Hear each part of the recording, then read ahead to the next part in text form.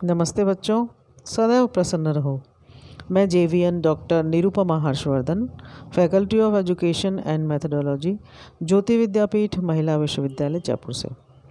बच्चों, मैं आज आपको कहानी के उद्देश्य के बारे में बताऊंगी कि कहानी के कौन से उद्देश्य होते हैं और शिक्षण में कहानी का क्या उद्देश्य होता है। कहानी शिक्षण के उद्देश्य के बारे में आज हम चर्चा करेंगे। तो जानते हो जैसा कि बच्चों की कहानी जो है जब से मनुष्य का जन्म हुआ है और तभी से कहानी का जन्म हुआ है। कहानी कहना और सुनना मनुष्य की एक प्रवृत्ति है और प्राचीन काल से ही मनुष्य कहानी कहता और सुनता आया है। और आज देखें तो कहानी जो है वो साहित्य में एक बहुत ही महत्वपूर्ण स्थान रखती है। प्राचीन समय में तो हम देखते हैं कि कहानी का उद्देश्य उपदेश देना और मनोरंजन करना माना जाता था, परंतु आज इसका उद्देश्य मानव जीवन की विभिन्न समस्याओं और संवेदनाओं को व्यक्त करना है।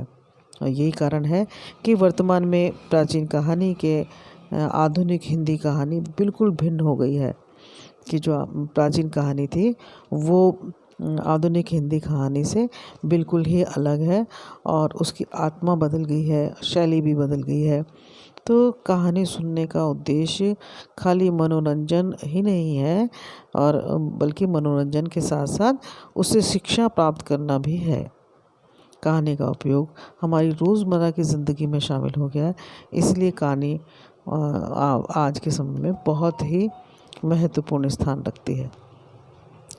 अब उद्देश्य कहानी शिक्षण का जो उद्देश्य है वो इसीलिए है कि बहुत ही आसानी से बच्चों को, विद्यार्थियों को कोई भी ज्ञान ग्रहण करने में सुविधा होती है।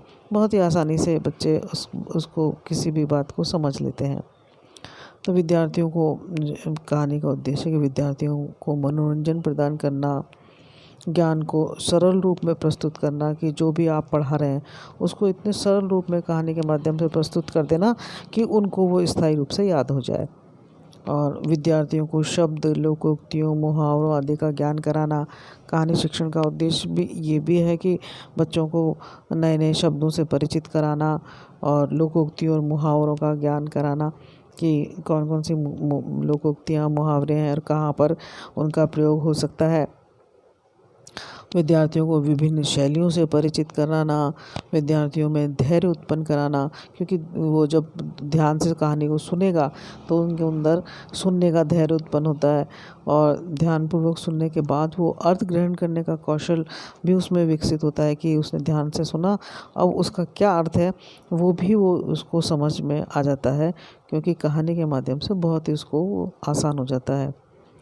छात्रों की मौखिक और लिखित अभिव्यक्ति को विकसित करना भी कहानी का उद्देश्य होता है कि वो किस तरह से बोलें। जैसे अध्यापक जो हैं कक्षा में उनको बच्चों को, छात्रों को कहानी सुनाते हैं, विद्यार्थियों को कहानी सुनाते हैं, तो उनसे कहते हैं कि अब आप इस विषय पे कोई कहानी सुनाओ। तो इस प्रकार से उनकी जो है मौखिक अभिव्यक्ति विकसित होती है।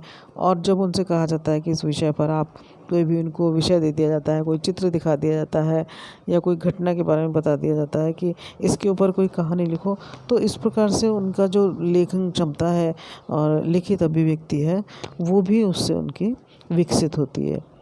साथ ही विद्यार्थियों में भावनात्मकता को भी विकसित करने में कहानी बहुत बड़ी भूमिका निभाती है और आपस में विद्यार्थियों में भाईचारे और सहयोग की भावना विकसित होती है।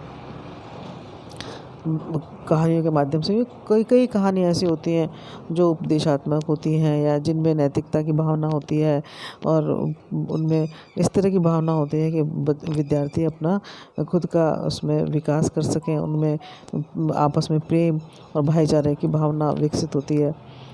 साथ में विद्यार्थियों में साहित्य के प्रति भी रुचि विकसित होती है। तो कहानी शिक्षण का एक उद्देश्य ये भी है कि जो विद्यार्थियों में साहित्य, क्योंकि साहित्य हमारा ऐसा है जिससे हमारे को विभिन्न प्रवृत्तियाँ, हमारी विभिन्न तरह से व्यक्तित्व का विकास होता है बच्चे का।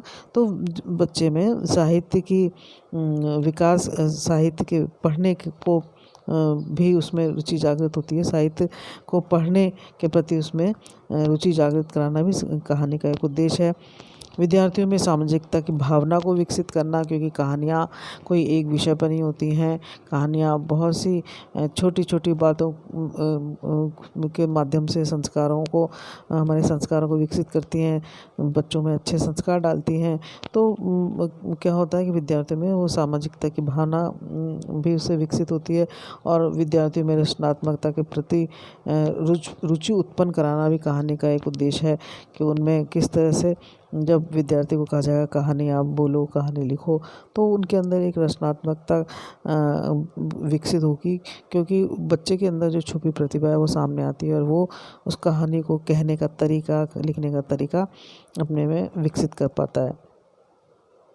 साथ ही कहानियाँ का उद्देश्य है कि वो यथार्थ जीवन से परिचित कराते हैं। खाली कल्पना के देश में ही, कल्पना लोक में ही विचरण नहीं करते बच्चे, और इसके माध्यम से वो यथार्थ जीवन से भी परिचित होते हैं कि जीवन का यथार्थ क्या है और जीवन किस तरह का है।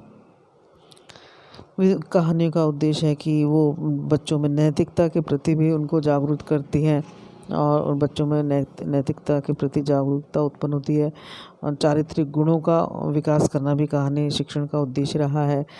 और विद्यार्थियों में देश प्रेम की भावना विकसित कराना बच्चों में बहुत ज़रूरी है, कि उनको अपने देश के प्रति प्रेम हो, देश प्रेम की भावना विकसित कराना वो कहानी का उद्देश्य है। और विद्यार्थियों में इसके साथ साथ स्मरण शक्ति और चिंतन का भी विकास होता है, क्योंकि जब वो किसी बारे में उनको कहानी समझाई जाती है, किसी बारे में बताया जाता है, किसी विषय में कहानी के माध्यम से, तो वो उसको जो है विद्यार्थी बहुत अच्छी तरह से आसानी से याद कर लेते हैं, और वो उनको स्थायी हो जाता है, क्योंकि वो बार बार दोहराया जाता है, या उनको कहा जाता है इस विषय पे ये कहानी है, उनसे बीच में प्रश्न पूछे जाते हैं, फिर उसकी सुंदरता बताई जाती है, उनकी लोकोक्तियाँ उस कहानी में भी बताई जाती हैं, मुहावरों के बारे में बताया जाता है, उन लोक प्रचलित शब्द वहाँ के जो आए होते हैं भाषा में वो बताए जाते हैं, समझाए जाते हैं।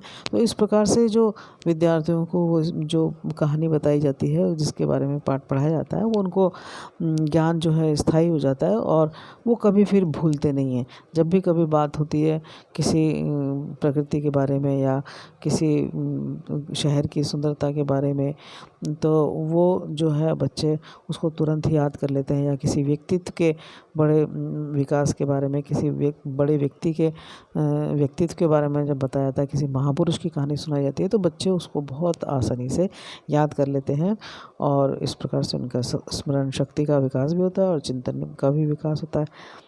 तो इस प्रकार से बच्चों, आपने जाना कि कहानी का क्या उद्देश्य होता है। कहानी अपने आप में बहुत महत्वपूर्ण विधा है, और ये इसके जो उद्देश्य हैं उसमें वो बच्चों में उसका कहानी का उद्देश्य जो है वो बच्चों में विकसित करना ही रहता है, कि बच्चों में विभिन्न प्रकार की प्रतिभाएं विकसित हो सकें, और वो इस कहानी के माध्यम से अपने व्यक्तित्व का विकास कर सकें।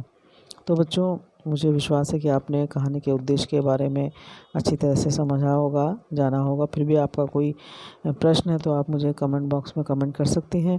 ये सेशन हमारे ज्योति विद्यापीठ के डिजिटल वर्जन 2.0 से हो रहा था। अगले वीडियो में मैं आपको कहानी के बारे में अन्य बातें बताऊंगी। नमस्कार।